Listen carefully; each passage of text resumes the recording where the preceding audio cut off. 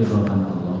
Ridhonya sebetulnya dalam bahasa kita ini kurang lebihnya adalah bermakna puas, memuaskan Allah, menjadikan Allah puas atau senang. Maka di akhirat ganti Allah Subhanahu wa Ta'ala akan menyenangkan dia juga, dimasukkan surga Allah Subhanahu wa Ta'ala. Di dunia sama, orang dicintai Allah di dunia ini, itulah yang nanti akan dicintai oleh Allah di akhirat. Orang yang dibenci oleh Allah di dunia ini, maka itu pula yang nanti dibenci oleh Allah di akhirat.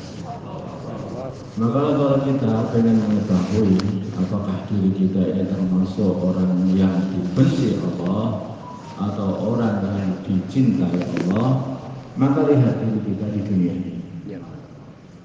Tidak bisa kita katakan walaupun saya seperti ini di dunia, nggak pernah sholat, nggak pernah puasa, nggak pernah zakat, nggak pernah ini, nggak pernah itu semuanya, tapi tunggu dulu nanti kalau aku di akhirat. Yang enggak.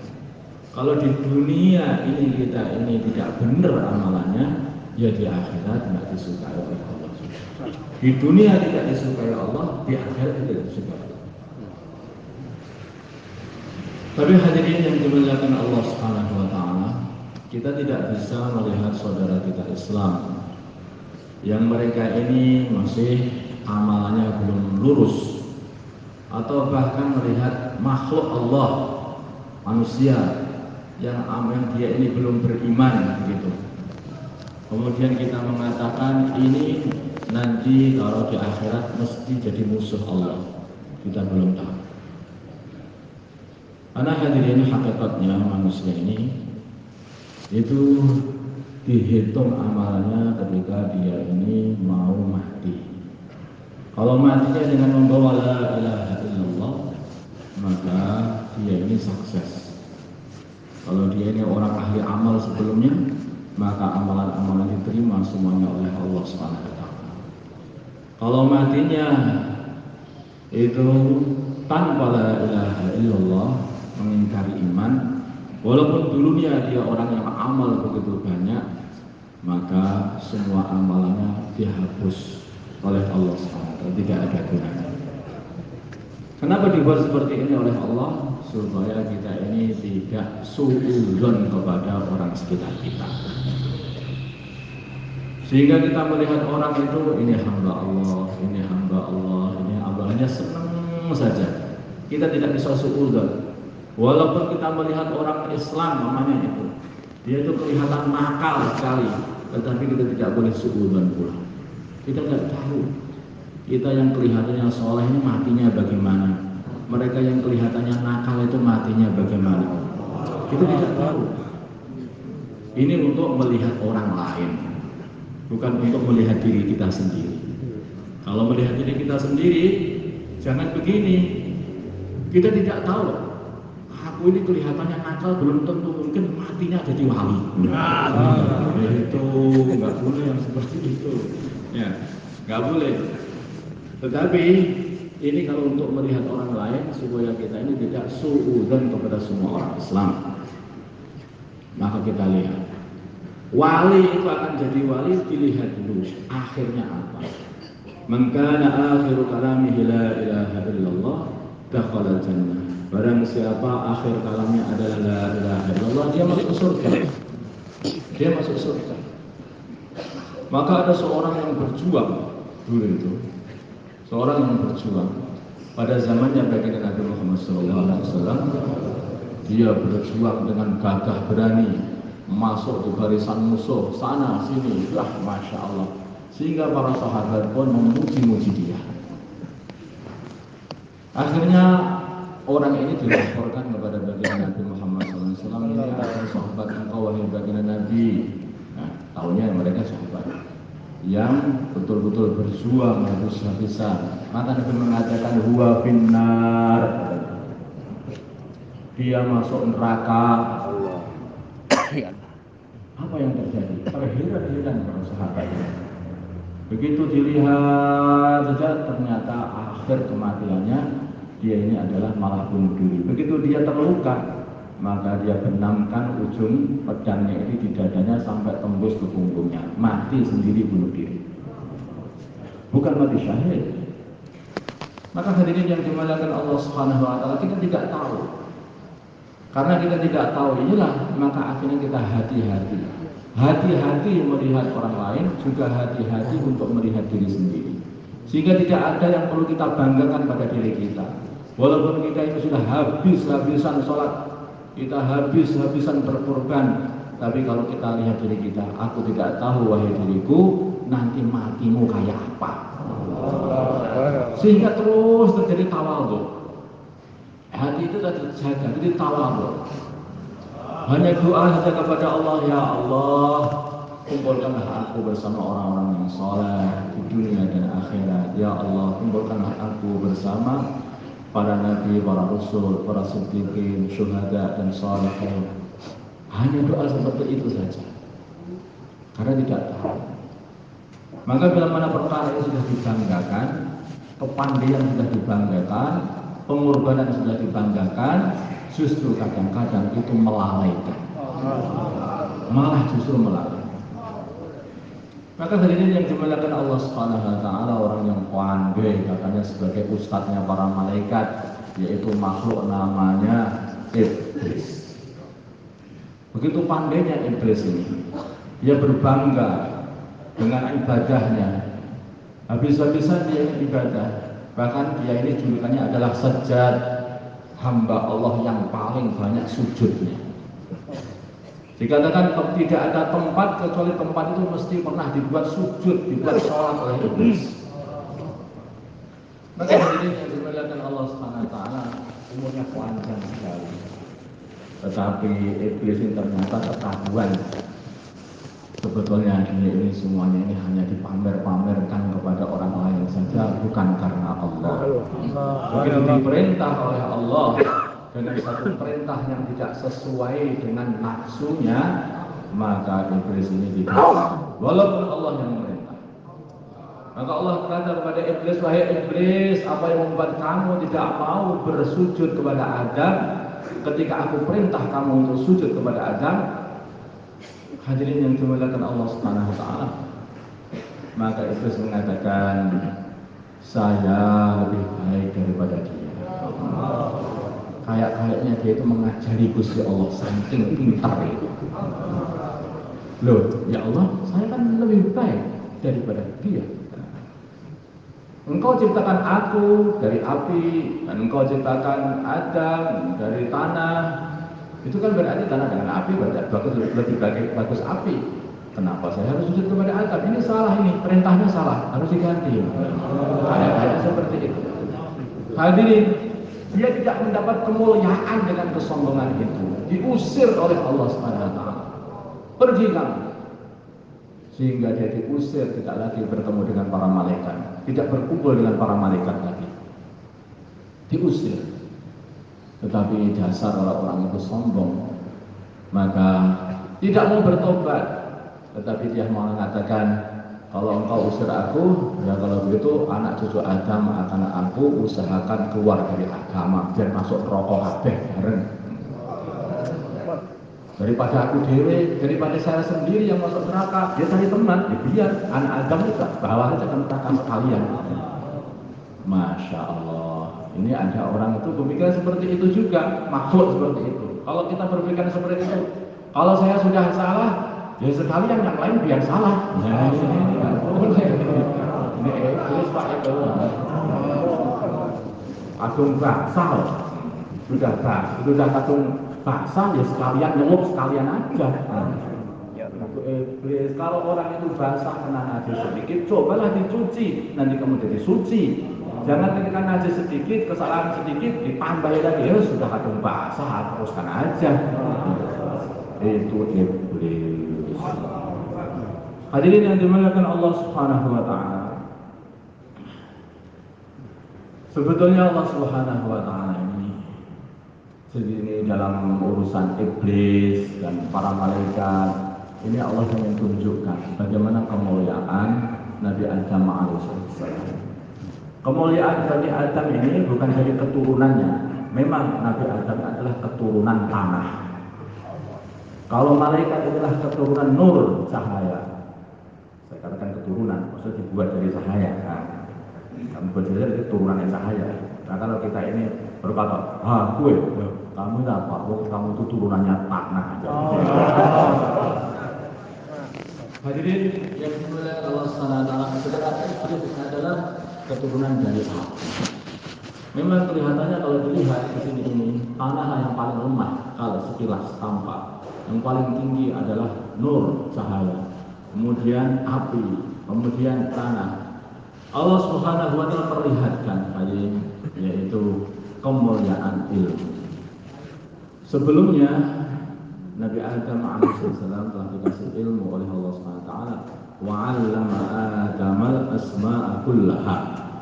Allah Subhanahu wa taala kasih ilmu, diajari Nabi Adam ini ilmu segala macam nama-nama benda-benda semuanya. Maka setelah itu Allah Subhanahu wa taala berkata kepada para malaikat dan juga kepada iblis itu berkata, kamu tahu nama-nama benda-benda ini?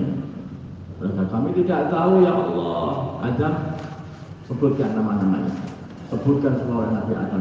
No, Adam lebih alim daripada kalian semuanya. Kemudian Allah Subhanahu wa taala perintah mereka, si malaikat dan iblis diperintah oleh Allah Subhanahu wa taala supaya bersujud kepada Nabi Adam karena ilmunya, bukan karena keturunannya. Tetapi iblis salah paham, dikira itu orang itu mulia dari keturunannya, bukan dari ilmunya, dari keturunannya. Maka dia salah, begitu salah, maka dia ini akhirnya jadi sesat. Orang itu kalau salah, contohlah salah yang telah dibuat oleh Nabi Adam alaihissalam. Nabi Adam juga pernah salah, tapi Nabi Adam ketika salah terus bertaubat. Jadi dua orang yang berbeda, dua makhluk berbeda. Kalau Nabi Adam salah bertaubat, kalau iblis salah malah gaji, tambah lagi. Hadirin yang dimuliakan Allah Subhanahu wa taala.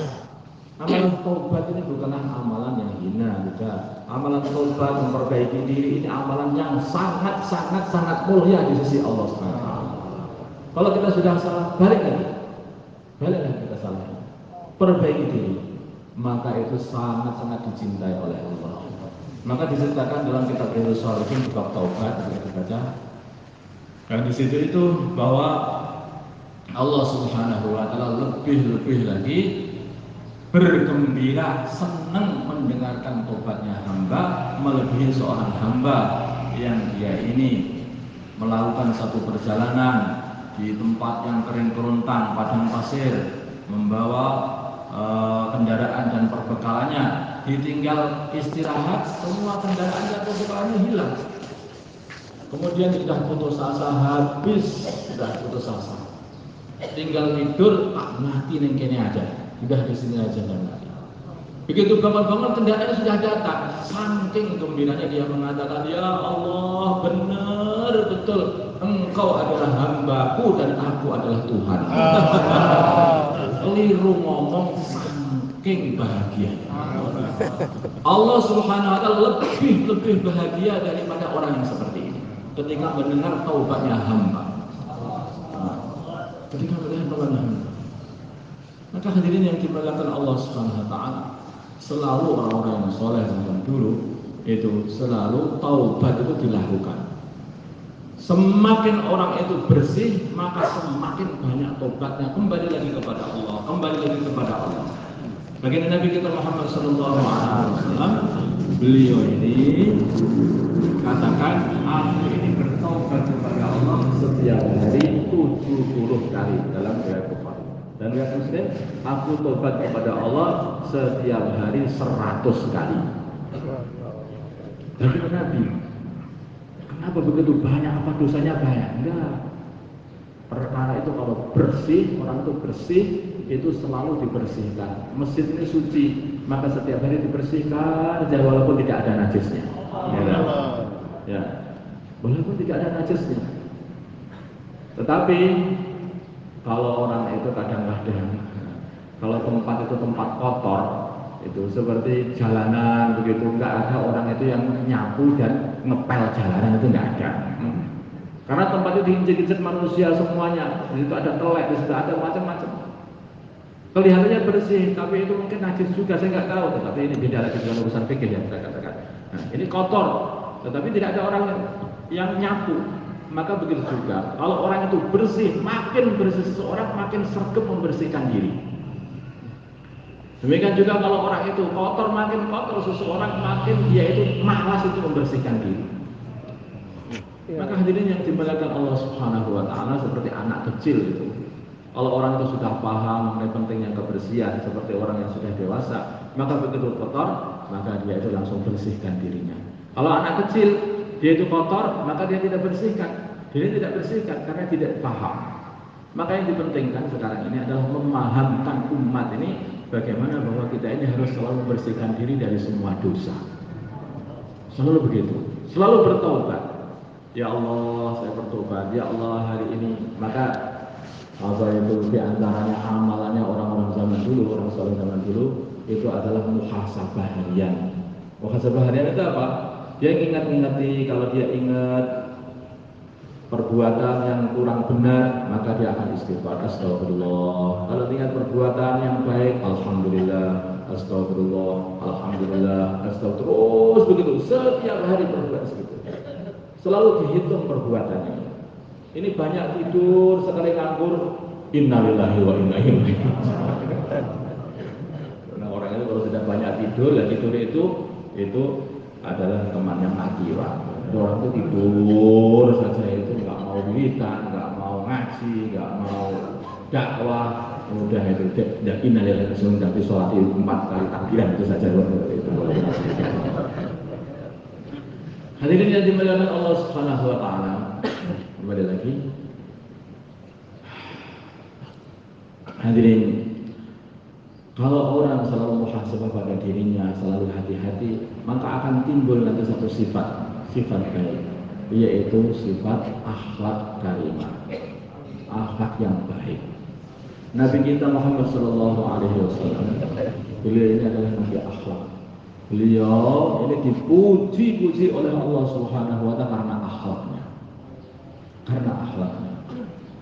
Dalam surat Nur, beliau dikatakan, wa innaka la'ala khuluqin 'azim. Sungguh engkau ini, wahai Muhammad, sungguh mempunyai akhlak yang agung. Baginda Nabi itu lembut sekali. Pembicaraannya itu lembut sekali. Tidak bertemu dengan saudaranya, tidak perlu dengan ketemu sahabatnya, kecuali mesti baginda Nabi tersenyum. Sampai semua sahabat-sahabatnya merasa aku yang paling dicintai baginda Nabi. Jadi selalu tersenyum. Kalau bicara berbicara yang baik. Kalau bicara pembicaraan juga pembicaraan yang baik. Kalau berjalan baginda Nabi itu nunduk, bukan dangak-dangak, nunduk. Berjalan dengan tawadhu. Kalau berjalan tidak langkah-langkahnya ini tidak terlalu luas atau lebar sehingga kayak orang mau apa saja. Dan tidak pula terlalu kecil sehingga kayak orang apa manja atau gimana. Enggak. Tapi beliau itu apa-apa sedengan, tawasud, sedengan. Mulai jalan saja orang nampak jalannya baginda Nabi saja dapat hidayah. Cara jalannya sudah pas, cara ngomongnya juga pas, ketemu anak kecil juga, anak kecil senang, ketemu orang tua senang. Hadirin yang dimuliakan Allah SWT, baginda Nabi kalau ketemu anak-anak kecil pun beliau mengatakan assalamualaikum, waalaikumsalam. Nah, ketemu anak kecil, beliau pun perhatian kepada anak-anak kecil. Pernah satu syekh Quraisy ini datang kepada baginda Nabi atas permintaan orang-orang Quraisy seperti Abu Jahal dan yang lain-lainnya waktu dia masih di Mekah. Hadirin yang dimuliakan Allah SWT, Syekh Quraisy ini datang kepada baginda Nabi. Namanya Syekh Husain. Maka Syekh Husain ini berkata kepada Nabi, wahai Muhammad, aku mendengar kamu ini kok bikin resah saja di kaum sini. Kamu itu meresahkan masyarakat. Loh, ada apa Mbak? Itu loh katanya kamu itu kok molok-molok Tuhan mereka. Maka baginda tidak menjawab apa. Maka baginda itu mengatakan, Tuan, kalau Tuan ini ada permasalahan, ya, kesulitan, maka Tuhan yang mana yang Tuhan mintai pertolongan? Maka orang ini mengatakan, ya Tuhan yang ada di langit, katanya. Maka baginda mengatakan, Tuan, kalau Tuhan itu mintanya selalu kepada Tuhan yang ada di langit, maksudnya Allah Subhanahu wa Ta'ala. Lalu kenapa Tuhan itu kok menyembah kepada selain Tuhan yang ada di langit? Maka hadirin, dia diam saja. Betul juga. Dan terus bagaimana? Baiknya, dia masuk Islam lah. Asyhadu alla ilaha illallah wa Muhammad Rasulullah. Dengan keluar buka. Ada juga anak muda yang nakal datang kepada baginda Nabi. Maka anak muda itu mengatakan, wahai Rasulullah SAW, izinilah aku untuk berzina. Kurang ajar. Hadirin baginda